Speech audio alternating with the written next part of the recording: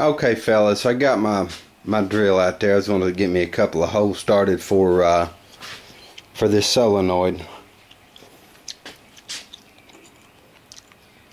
Gonna fit right there. Okay. Yeah, it's guys. I totally get that. My tractor is it's kind of like a coat of many colors. I've got that gas tank off of Cushman. I've got a coil off of VW. I got a solenoid off of Ford. Kind of like them old AMCs, I guess.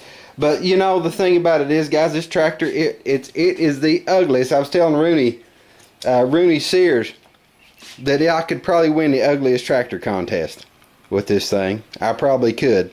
But you know, there's it just works. It runs. It's tough. I just hate it that I can't get the parts for it like I used to, and the trouble I'm having with the carburetor situation with that old that MTD right there, buddy, I tell you,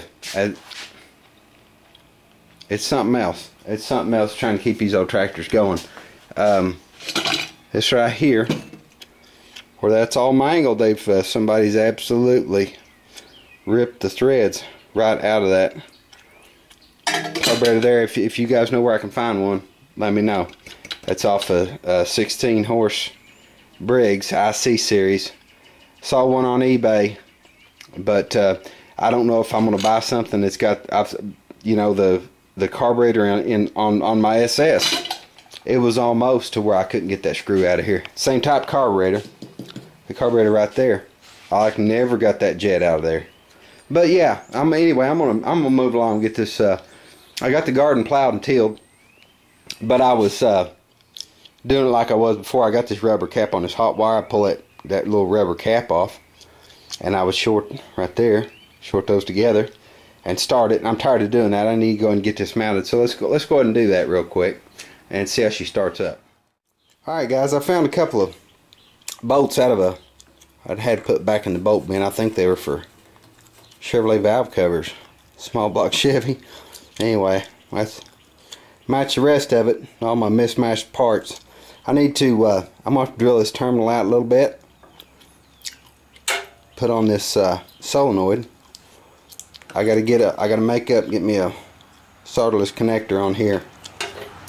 And this one, I think this one's big enough. Nope, it looks like it's going to be drilled out too.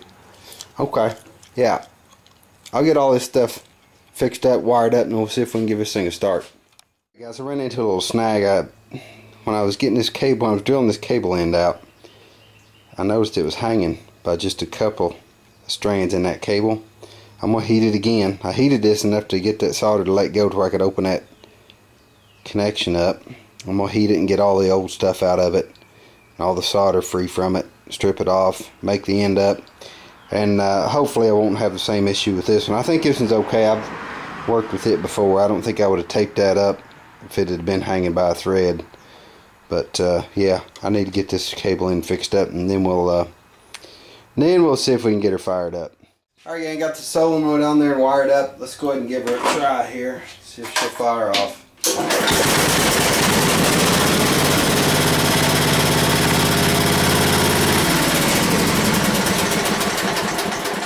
Okay, that's good enough for me. I think the last thing I need to do with this tractor, I've got my tube on the other side over there's got a hole in it. I want to get that fixed, so I don't have to air up the tractor every time I use it. Air up the tire every time I use it anyway. I'm gonna wrap it up here.